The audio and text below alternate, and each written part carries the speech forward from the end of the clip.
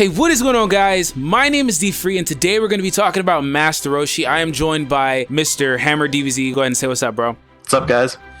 Yeah, so we wanted to talk about Roshi in Resurrection F/Dragon Ball Super and why he was able to be competitive against the Frieza soldiers along with the rest of the Z fighters. Now, just bear in mind, this video is taking place prior to us seeing, the actual full English fan sub version of Dragon Ball Super Episode 21. So we're just going to be speaking pretty much about Resurrection F at this point. And I think that as far as Roshi goes, I think that was a bit of an inconsistency because last time we saw his power level or anything like that, I mean, the guy was around, like, I want to say 130 power level or something like that. So to say that, while it's been a long time, to just kind of think about it and fathom that, he's gotten this much stronger is kind of hard to believe, to say the least, because each one of these soldiers that he was fighting was at least at a power level of around 1000. So how do you feel about that, Ryan? I feel like it could be said that he was training during that time, like from just during overall Dragon Ball Z, but I don't really think even with his training, I don't really think he'd be able to power up that much because like you said, their power level was, I mean, it's not crazy, but it's significant. It's not, so I don't really think he would be able to just wipe them out as easily as he did, even with his buffed power up, which I don't really know how much that powers him up exactly, but I doubt it's that big of a power up to be able to take out that many people. Yeah, I have no idea what his power multiplier is for getting all buff like that. He's done that like ever since Dragon Ball. It's just, that's just his thing. But no, I mean, like, it's not unfeasible to say that he's been training throughout the years. I mean, several years have passed, it's not unfeasible to say that. But at the same time, like, looking at Roshi, it's kind of hard to believe. I mean, from my perspective, I mean, he just seems like while back in Dragon Ball, he was focused on fighting and whatnot, he didn't particularly train that much. The only reason he trained back then was so he would be able to, put up a good fight against Goku in the Tenkaichi Budokai. After that, I mean, he just kind of just, he started doing his thing. He was just being more perverted, just chilling, because he knew his students were there and they were just kicking ass and saving the earth. So going on from there, I don't really see, I liken him a lot to Gohan. I don't really see him having more of a reason to train in any way, maybe just to maintain his physique, but I don't really know. I mean, like, as far as Gohan goes, he looks at Goku as like, like a superhero almost. He's like, well, honestly, I don't gotta do shit because my dad's here and he'll always be here. So he doesn't bother to train. He just focuses on what he can, handle.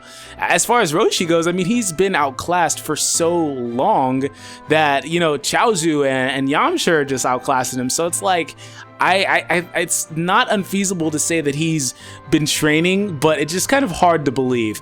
But if he has been training, he's been doing some great training.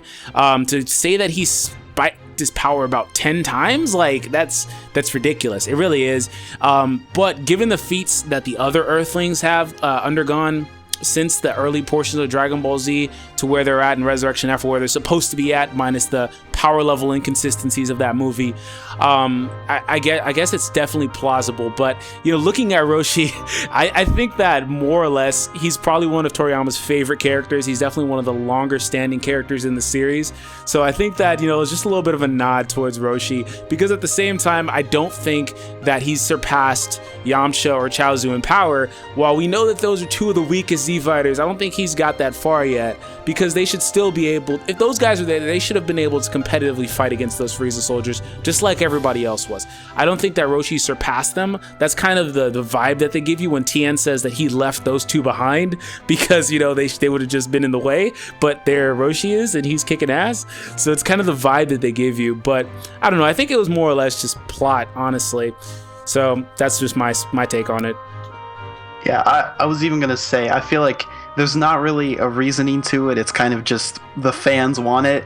People have always complained about how, besides Goku and Vegeta, all the other people are kind of just like side characters and they just stand there and cheer him on.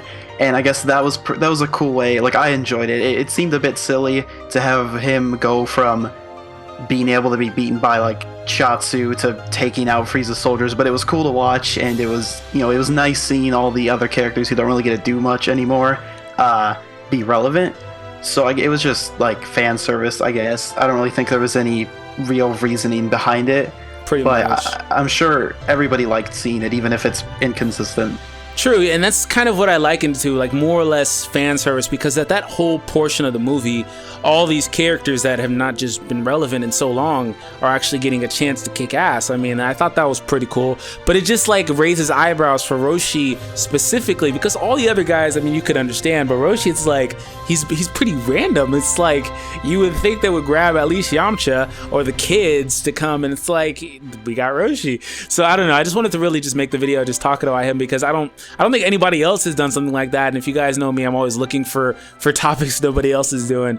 But I don't know. I just think that Roshi specifically, like you said, there probably was no real reason to it.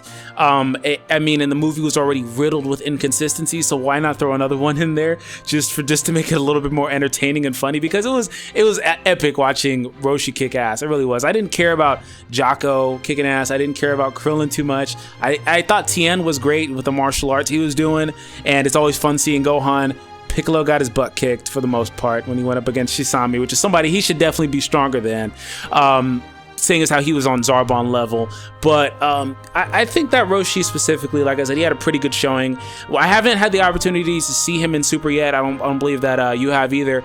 No. So this may change. Maybe he gets his ass kicked, and that'll make a lot more sense for the plot. But I don't know. Towards the end though, just last thing I want to say, he was starting to get tired out, and that's when Krillin had to show up and just start helping him out a little bit, because they did kind of wink at the fact that, hey, he's not really supposed to be this competitive in this fight.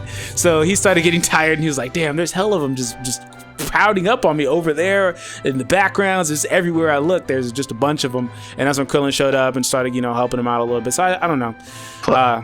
When you're watching the movie, you're not sitting there like, why is Master Roshi all of a sudden able to just destroy these people? You're just freaking out like, oh my god, he's kicking ass. This is amazing. Exactly. He's pulling out Kamehamehas. He's throwing the staff around. It's like, this guy's out here kicking ass. I mean, maybe after you leave the movie, you're kind of like, that didn't really make sense, but it was awesome. So I mean, yeah, and that's you're actually right. I mean, the first time I saw it, that thought did not cross my mind whatsoever. Yeah. And then the second time I saw it, I was like, wait a minute. Hold on. Yeah, exactly. Why is he even here for? Like, what's going on? Because the first time I was watching it for enjoyment. The second time and third time I watched the movie, I was watching it to be analytical, and I was like, wait a minute. Mm-hmm. Tien says I specifically left those two behind, but why is Krillin bringing him? Like, it doesn't make sense. But no, I think that you hit it smack dab on the head when you said, there's really no reason, just fan service. I don't know. It's a fun video though. So is there any closing words you wanted to say, man? Not really, just, the only the only thing I want to say is just when you're watching the movie, just kind of try to enjoy it, I guess, like, sometimes with Dragon Ball, you kind of just have to let some stuff slide that's pretty fishy. I tell you what, Resurrection F is one of those movies you really have to let slide, because that movie actually opened up a lot more questions and inconsistencies than you would think. Yeah. And it's just kind of all over the place. That's kind of what we were looking for Super to do, is kind of clear that stuff up and fill in some of those gaps. But they're just going so fast pacing now. Like, if you guys recall, everybody would complain about the pacing at first, and now it's going way too fast at this point. So it's the opposite of the God arc, basically. Exactly. They're just breezing through this, so we're not going to get a lot of clarification, but just enjoy it. And if like I said, if anything changes in Super, just be aware that this was made prior to that. But yeah, no, thank you guys for checking out the video, and it was great having you on, Ryan. You guys be sure to check out Hammer DBZ's channel. Link will be in the description down below. That's it for us though. We'll see you guys next time. Bye.